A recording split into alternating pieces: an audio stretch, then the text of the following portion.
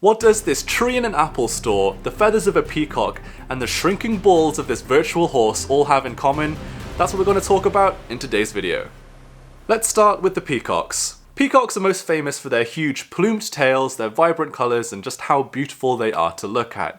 But have you ever stopped to think about the practicalities of having a tail that big? From an evolutionary point of view, having a giant tail like this is not good for the peacock's survival. A peacock is essentially just a very pretty chicken when it comes to predators, and having a big heavy tail like this almost acts as a huge come eat me sign and actually acts as a handicap if the peacock was ever trying to escape from a predator. But yet, despite how clunky this adaptation is, it's actually a key indicator for how fit a male is when it comes to attracting a female. In the world of peacocks, the ones with the bigger tails are the ones that are more attractive, and they tend to do better in getting more mates.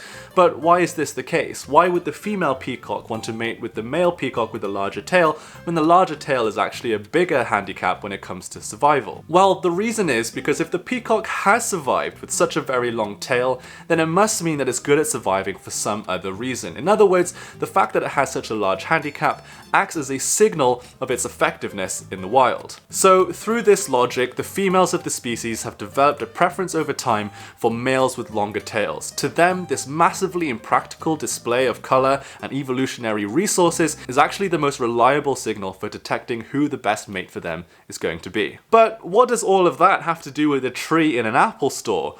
Well, we'll get to that in a second, but first let's talk about the horses and their virtual shrinking balls. Okay, what am I talking about? When the video game Red Dead Redemption 2 was coming out, they had to cut through a lot of noise. The video game industry had gone absolutely nuts, there were more games coming out than ever, and Red Dead Redemption needed a way to cut through that noise and signal to customers and potential gamers that why their game is worth playing. Now, of course, Red Dead Redemption did all the standard things that video games do when they release a new game. They talk about the graphics, the story, the voice acting, the soundtrack even. But none of these things seemed to really make the headlines until they released, well, one very specific detail that all the news outlets went absolutely nuts for. And that was the fact that they had programmed in the horse's balls to shrink in cold weather and grow in warmer weather. They're dynamic. They react to the weather system, so if you take your horse up in the mountains and it gets chilly, they're gonna shrivel up. They're going to get smaller. They're going to shrink. Sick right up in there. When they released this specific detail about the game, news outlets went absolutely nuts about it. They had titles like, Red Dead Redemption 2 will be so realistic, horses' balls shrink in the cold. But why did releasing this specific detail about the shrinking balls of the horses in the game capture the imagination of so many different news outlets? Well, it's because it shows attention to detail. Because, of course, Rockstar has spared no expense in their quest to make ridiculous and grandiose, highly detailed open world games. If Rockstar Games are willing to invest resources into even programming the balls of the horses in cold weather, then you can imagine what that signals about the rest of the game. If they're paying attention to something as trivial as the balls of a horse, then that means that the whole game must have been looked at with a very fine-tooth comb and therefore must be a really refined and quality product. Which finally brings us on to the tree in the Apple Store. This Apple Store is in Regent Street in London. It is a very expensive street to have retail space on. It's bang in the centre of the shopping district of London. So why would Apple waste so much of this very expensive floor space to not put only one but several large trees inside their shop? Surely, from a logical perspective, when you have very expensive floor space, you want to be making sure that every inch of that floor space is covered with products for your customers to buy, no? And if you didn't have enough products to fill that amount of floor space, well then surely the best decision would be to move to a smaller shop where you have less wasted space. That's what the logical standard answer would be when it comes to making a business decision like this. But Apple understand that there's something very powerful psychologically about wasting so much space to put large trees in their shop.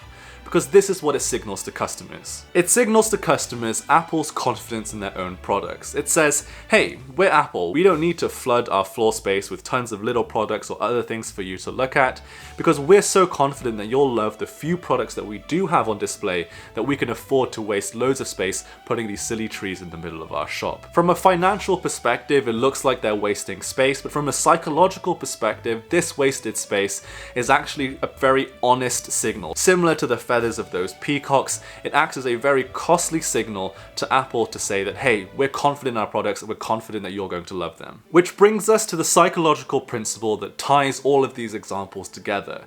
The peacock's feathers, the shrinking balls on Red Dead Redemption 2, and the trees in the Apple Store are all examples of a psychological principle known as costly signaling.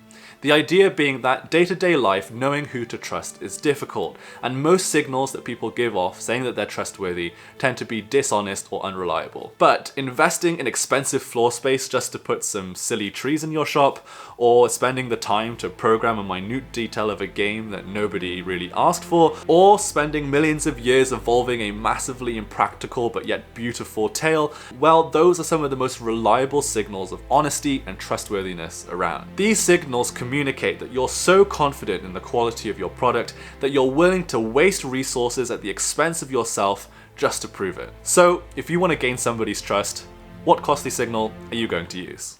Hey guys, thanks so much for watching today's video. You might be wondering, hey Pete, that's a pretty interesting hat and hoodie that you're wearing, and what is that very curious logo that you've got on both of them?